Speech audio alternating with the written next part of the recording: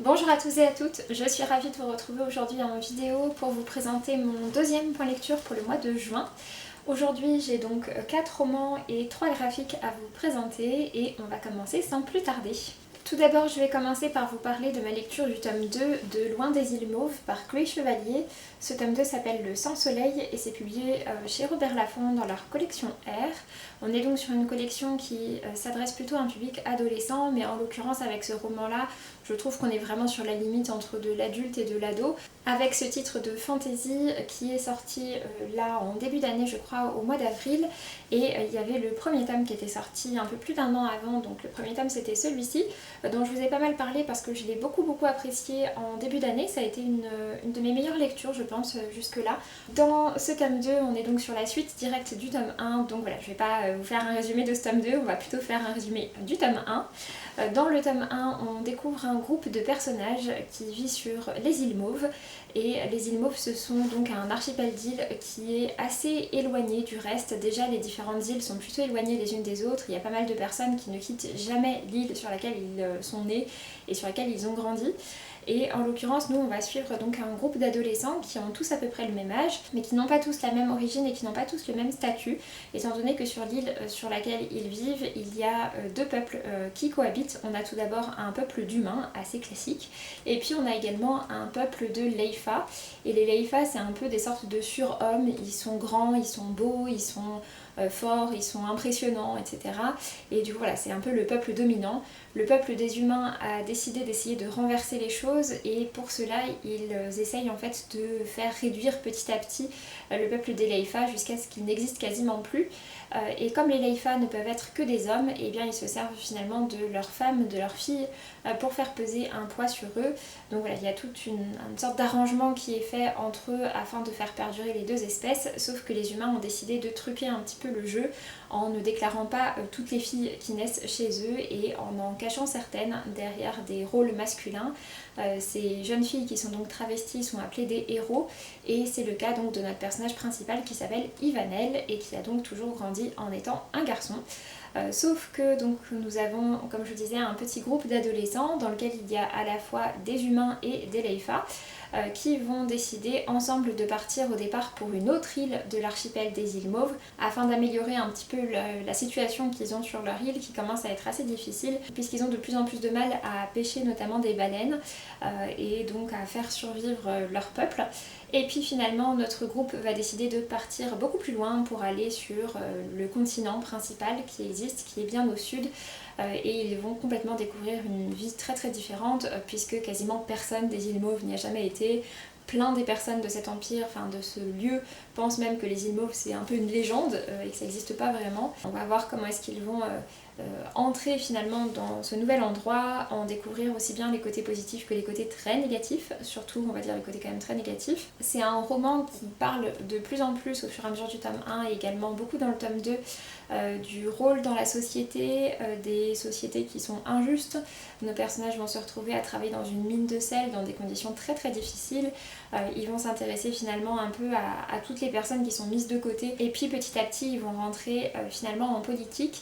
Et leur biais d'entrée par tout ça, c'est une drogue qui s'appelle la suze. C'est un dérivé d'une plante qui existe naturellement sur les îles Mauves et les personnes qui viennent des îles Mauves sont assez insensibles finalement à ça, sauf que ça produit donc des effets hallucinogènes sur les personnes qui n'y sont pas habituées et c'est par le biais de ce commerce qu'ils vont devenir de plus en plus importants et monter en échelon. Donc c'est vrai que ça pose aussi pas mal des questions de morale. C'est un récit qui interroge également beaucoup le genre puisque finalement lorsque nos personnages vont s'éloigner, et bien toutes ces interdits, toutes ces obligations qui pèsent sur eux, sur le fait de cacher qui ils sont vraiment, de ne pas dévoiler qu'ils sont des femmes, etc.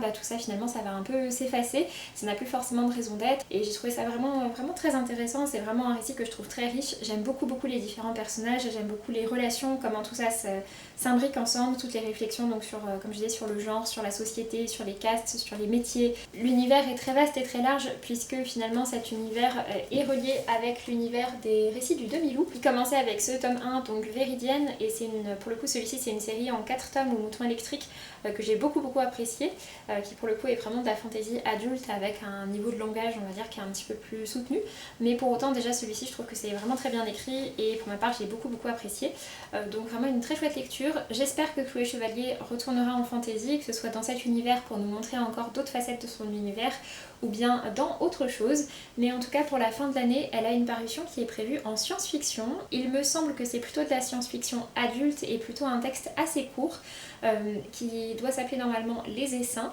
En tout cas c'est une publication que je vais surveiller avec attention et que je vais très probablement me procurer parce que pour l'instant j'ai adoré tous ces romans.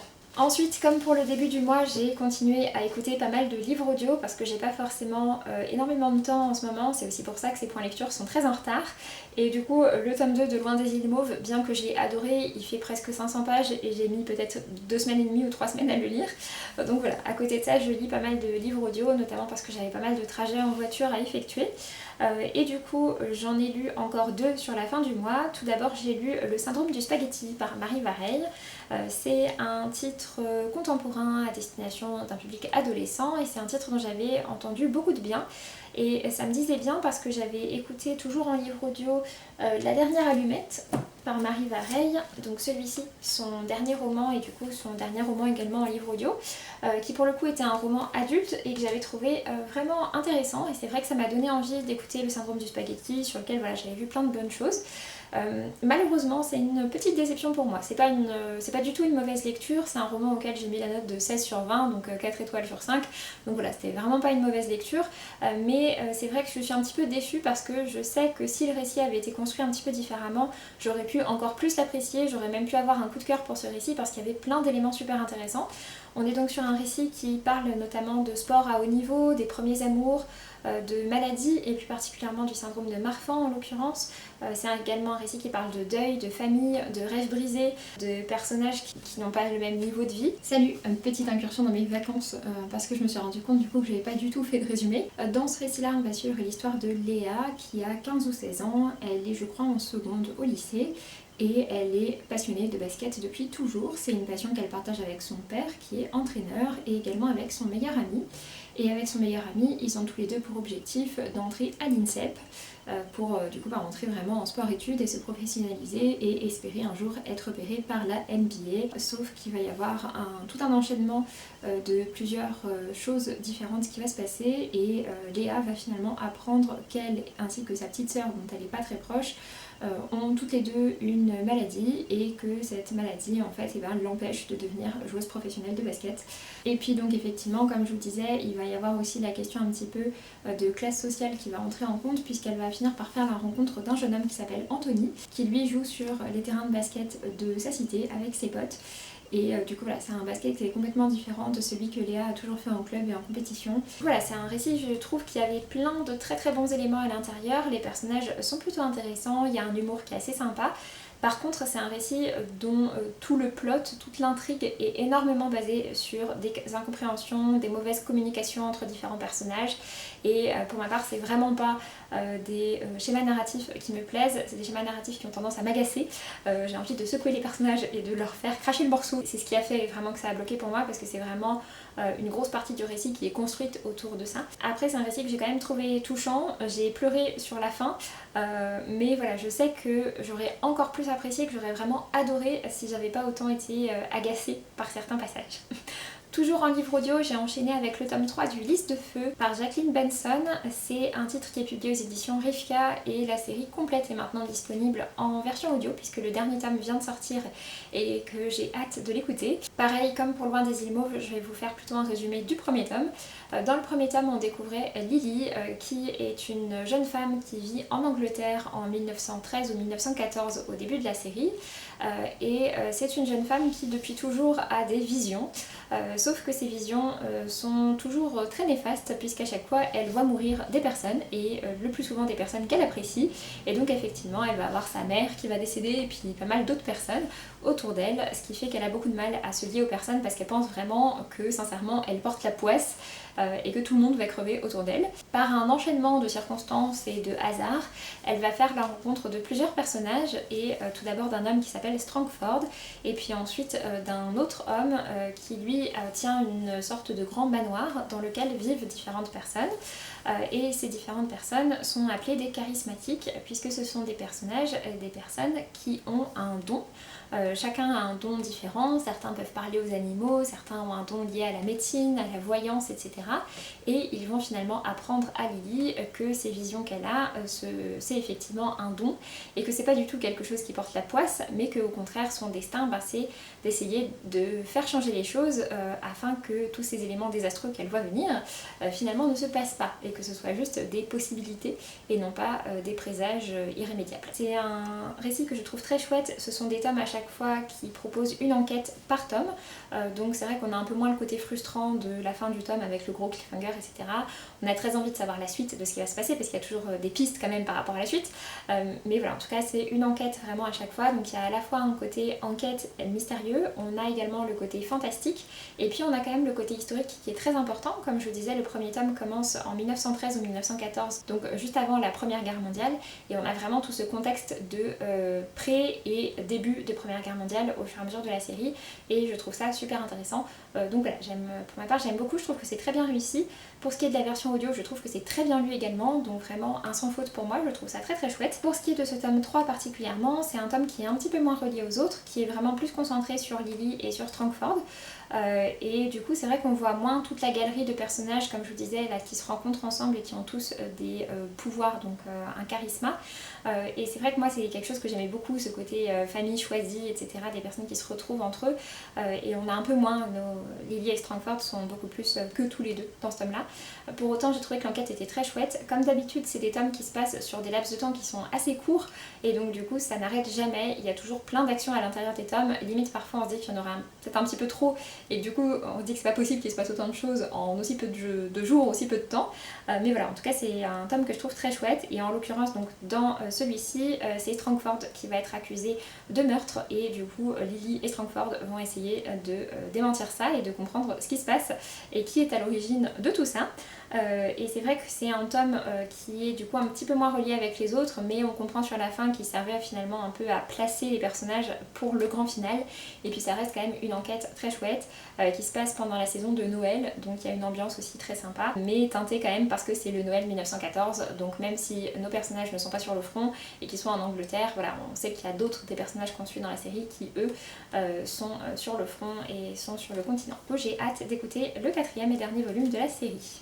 Pour terminer, côté roman, j'ai lu Un cheveu par Mel Dessart. C'est publié aux éditions Pocket Jeunesse dans cette version poche. C'était sorti chez Slalom pour ce qui était du grand format. Et c'est un titre qui me faisait assez envie, j'avais vu de chouettes retours dessus, et je savais que c'était un titre qui parlait d'alopécie, et Mel Dessart a elle-même ce problème, cette maladie. Donc voilà, du coup ça m'intéressait d'autant plus. Et puis c'est vrai que j'avais envie d'un titre qui allait se lire assez rapidement, puisqu'effectivement le dernier titre en papier que j'avais fini c'était Loin des îles Mauves, et comme je vous ai dit, même si j'ai adoré, je l'ai quand même traîné sur 3 semaines, donc voilà, j'avais envie de quelque chose qui allait se lire vite, et en l'occurrence celui-ci ça a vraiment été parfait, je l'ai complètement dévoré, même si j'avais pas beaucoup de temps, vraiment je l'ai dévoré, je pouvais pas le lâcher, j'ai trouvé ça super chouette. Vraiment c'est un titre que je vous recommande très chaudement, ça a été une très très belle découverte. On est donc sur un récit dans lequel on va suivre Emma qui a 17 ans et qui est donc atteinte d'alopécie, ce qui fait donc qu'elle perd ses cheveux, elle n'a pas de maladie, elle n'a pas de cancer ou quoi que ce soit, mais par contre voilà, elle perd ses cheveux. Elle a été très moquée pour ça dans son précédent établissement, et toute sa famille décide de déménager, entre autres pour ça. Elle déménage donc complètement à un autre endroit de la France et va complètement entrer dans un nouveau lycée, découvrir de nouvelles personnes, etc. Et parce qu'elle n'a pas envie de revivre cette période de harcèlement, elle décide du coup d'avoir une perruque et de cacher à tout le monde qu'elle est atteinte d'alopécie. On est donc sur un récit qui parle effectivement d'alopécie et d'acceptation de soi, mais c'est aussi un récit qui parle d'amitié toxique, de premiers amours, de harcèlement, et donc de harcèlement scolaire et également de harcèlement en ligne par le biais d'un personnage très très chouette que Emma va rencontrer, qui va devenir une nouvelle amie pour elle, et c'est un personnage vraiment que j'ai beaucoup aimé. Globalement voilà, tous les personnages qui vont graviter autour d'Emma sont super intéressants, j'aime beaucoup les nouveaux amis qu'elle va se trouver. Elle est également très entourée par ses parents et également par son grand frère frère qui est dans la même classe qu'elle. Et voilà, c'était très chouette. C'est un récit qui est à la fois très drôle, qui est touchant, qui est très ancré dans l'époque actuelle sans pour autant que ça en fasse trop, parce que je trouve souvent que les récits ancrés dans l'époque actuelle, souvent c'est pas très crédible, quoi. Les termes employés sont pas ceux qu'on trouverait dans la bouche d'un jeune. En l'occurrence, celui-ci, j'ai trouvé que c'était assez crédible. Il faudrait le faire lire à quelqu'un de plus jeune que moi pour voir si c'est vraiment le cas. Mais en tout cas, voilà, moi j'ai trouvé ça vraiment bien fait. J'ai complètement dévoré ce récit. C'est un récit qui est positif et qui fait du bien, même s'il y a des éléments également qui sont plus difficiles à l'intérieur. Un petit coup de cœur pour moi. C'est pas été le gros coup de cœur, mais voilà, quand même un petit coup de cœur. C'est voilà, un récit qui m'a vraiment beaucoup plu. Et clairement, c'est un récit que je vous conseille très fortement de découvrir. Pour terminer, on va parler de 3 titres graphiques que j'ai lus sur la fin du mois de juin. Tout d'abord, j'ai lu Pour Sanpei par Fumio Kuno. C'est un titre qui est ressorti en version intégrale puisque c'est une réédition d'un manga qui était sorti il y a pas mal d'années maintenant. Je sais plus si le manga principal était sorti en un seul ou en plusieurs volumes parce que c'est pas non plus un titre qui est si long que ça, il fait peut-être quelque chose comme 300 pages. C'est un récit dans lequel on va suivre un homme qui est veuf depuis peu et qui va se retrouver à s'installer chez son fils et qui essaye tant bien que mal de trouver sa place. C'était sa femme qui gérait absolument tout à la maison et donc du coup globalement il ne sait rien faire. Sauf qu'il va tomber sur un carnet que sa femme a laissé dans lequel elle explique absolument tout. Il y a à la fois des recettes de cuisine, des tutoriels pour faire du repassage, pour étendre le linge, enfin voilà, vraiment tout ce qu'il faut pour tenir sa maison. Et du coup, ce grand-père qui a un peu rien à faire et qui au départ zone un peu chez son fils, décide finalement de vraiment aider son fils et sa famille en finalement les aidant dans toutes ses tâches ménagères, dans la cuisine et tout ça. Donc on le voit petit à petit apprendre et puis finalement retrouver grâce à ça une place dans ce foyer et puis reprendre un peu vie également parce qu'il se laissait pas mal à l'abandon. Donc voilà, c'est un récit que j'ai trouvé plutôt pas mal, c'était assez touchant. Après au niveau des dessins, je trouve que c'est un trait de dessin qui est quand même très classique en termes de manga et du coup pour ma part c'est pas un trait de dessin qui me parle plus que ça. C'est pas un titre forcément inoubliable pour moi, je pense pas que c'est un titre que je vais beaucoup garder en mémoire, mais pour autant j'ai plutôt passé un bon moment avec. Ensuite, j'ai lu une des petites nouveautés des éditions Kinaï, puisque j'ai lu Noir comme l'eau la nuit. C'est scénarisé par Elsa Bordier et dessiné par Clémence Boucaert. C'est un récit qui est très court, qui fait 52 pages, donc on est sur un format bande dessinée. Et donc c'est un récit complet, hein, c'est pas un premier tome, c'est fini. C'est un récit qui va parler notamment de harcèlement scolaire, de cauchemars, de l'obscurité, de la musique et du fait de trouver sa place avec un personnage adolescent qui évolue petit à petit et s'accepte petit à petit en dépassant également ses peurs. Voilà, c'est un récit pour lequel je peux pas vous en dire énormément parce que c'est très court, mais j'ai plutôt bien apprécié. On est sur des traits de dessin qui effectivement sont assez sombres, mais on voit petit à petit que l'obscurité qui était quelque chose d'effrayant au début du récit devient finalement quelque chose que le personnage accepte et épouse et dans lequel il va voir également des côtés positifs. Comme c'est très court, c'est vrai qu'on aimerait bien en avoir plus, mais pour autant ça fonctionne bien en tant que tel, c'est bien ficelé et j'ai plutôt bien apprécié. Et pour terminer côté graphique, je vais vous parler du roman graphique qui s'appelle Les yeux fermés. Donc pour le coup on est sur un album qui est assez long, qui fait peut-être 200-250 pages, quelque chose comme ça. C'est un récit qui est coécrit par Héloïse Martin, donc l'actrice, et qui parle vraiment de son histoire à elle. C'est romancé, c'est pas exactement ce qu'elle a vécu, on suit pas un personnage qui s'appelle Héloïse, on suit un personnage fictif, et c'est un récit qui parle de l'histoire donc d'une jeune femme qui retourne dans sa famille, dans une grande maison familiale à l'occasion de l'anniversaire de mariage de ses grands-parents, sauf qu'elle va se rendre compte que une personne de sa famille en particulier a été invitée. Et cet homme qui a été invité, qui est de nouveau de retour dans sa famille, c'est un homme qui a proféré sur elle des attouchements lorsqu'elle était enfant. C'est un homme qui a été condamné pour ses faits, qui a été jugé et condamné, mais qui a purgé sa peine. Et finalement, sa famille estime qu'il a purgé sa peine et que donc il n'y a pas de souci au fait qu'il revienne, même s'il y a encore des enfants dans le coin. Et finalement, c'est elle qu'on ne va pas comprendre, c'est elle qu'on va juger en lui disant mais t'es toujours pas passé à autre chose, mais... tu restes bloqué là-dessus, tu restes bloqué dans le passé, etc. Et c'est vraiment elle qu'on va en vouloir. Héloïse Martin, j'ai écouté certaines de ses interviews, elle explique qu'effectivement, finalement toutes les remarques qui sont présentes dans ce récit, c'est des remarques qu'elle a vraiment eues, puisque la situation qu'elle décrit, c'est la situation qu'elle-même a vécue avec cette personne de sa famille qui a effectivement fait des attouchements sur elle lorsqu'elle était enfant à plusieurs reprises, qui a effectivement été condamnée et qui a effectivement réintégré finalement sa famille. Et voilà, pareil, que c'est elle qu'on considère comme étant pas normale parce que voilà, elle est encore là. On lui a dit des choses comme de toute façon maintenant toutes les actrices ont leur petite histoire de MeToo à raconter parce que ça les fait vendre, parce que ça relance leur carrière, etc. Enfin des choses vraiment, vraiment affreuses. Et du coup c'est un récit qui, ce récit Les yeux fermés, c'est un récit qui est assez particulier parce que les dessins sont quand même très doux, etc. Mais clairement c'est un récit qui est particulièrement révoltant et qui laisse vraiment un gros sentiment d'injustice. Je pense que c'est vraiment le mot principal qui ressort de ce récit. C'est voilà, ce gros sentiment d'injustice par rapport à cet homme qui est encore bien présent dans la vie de cette famille et on comprend pas comment c'est possible. Donc c'est un récit pour ma part que j'ai beaucoup apprécié, qui n'est pas passé très loin du coup de cœur. La petite chose qui m'a manqué, c'est qu'en fait il y avait un espèce de suspense dans le récit qui était mis autour du fait de savoir qui était coupable. Et même jusqu'à la fin, quand on nous dit qui c'était, c'est pas vraiment clairement dit, il n'y a pas de confrontation directe ou quoi que ce soit. Et donc c'est vrai que ça c'est un choix qui est fait sur le plan scénaristique pour ajouter peut-être un petit côté suspense, etc. Mais je trouve pas que le récit s'y prête particulièrement bien. Et je pense que j'aurais préféré quelque chose d'un petit peu plus direct où on nous disait un petit peu plus clairement qui était responsable plutôt que ce moyen-là un petit peu détourné qui pour ma part m'a un petit peu perturbée. Et je sais que je suis pas la seule parce que des retours, des avis que j'avais vus sur le récit, c'est quelque chose qui ressort pas mal. Mais sinon c'est un récit vraiment que je trouve hyper intéressant et que je vous recommande fortement de découvrir. Donc comme vous l'avez vu, j'ai fait pas mal de très chouettes découvertes pour cette fin de mois. Plusieurs récits qui ont été des petits coups de cœur, pas de gros coups de cœur, mais voilà, pas mal de récits quand même qui ont été des petits coups de cœur, qui ont leur chance de se retrouver dans mon top de l'année. Et puis d'autres récits pour lesquels il n'y a pas eu cette alchimie parfaite, mais dans lesquels il y avait quand même plein de choses intéressantes. Donc j'espère que je vous aurai donné envie de découvrir certains de ces titres. Et puis n'hésitez pas à me dire si c'est le cas, n'hésitez pas à me dire quelle a été vous, votre dernière belle découverte. Et puis pour ma part, je vous laisse et je vous dis à très bientôt pour une prochaine vidéo. Salut!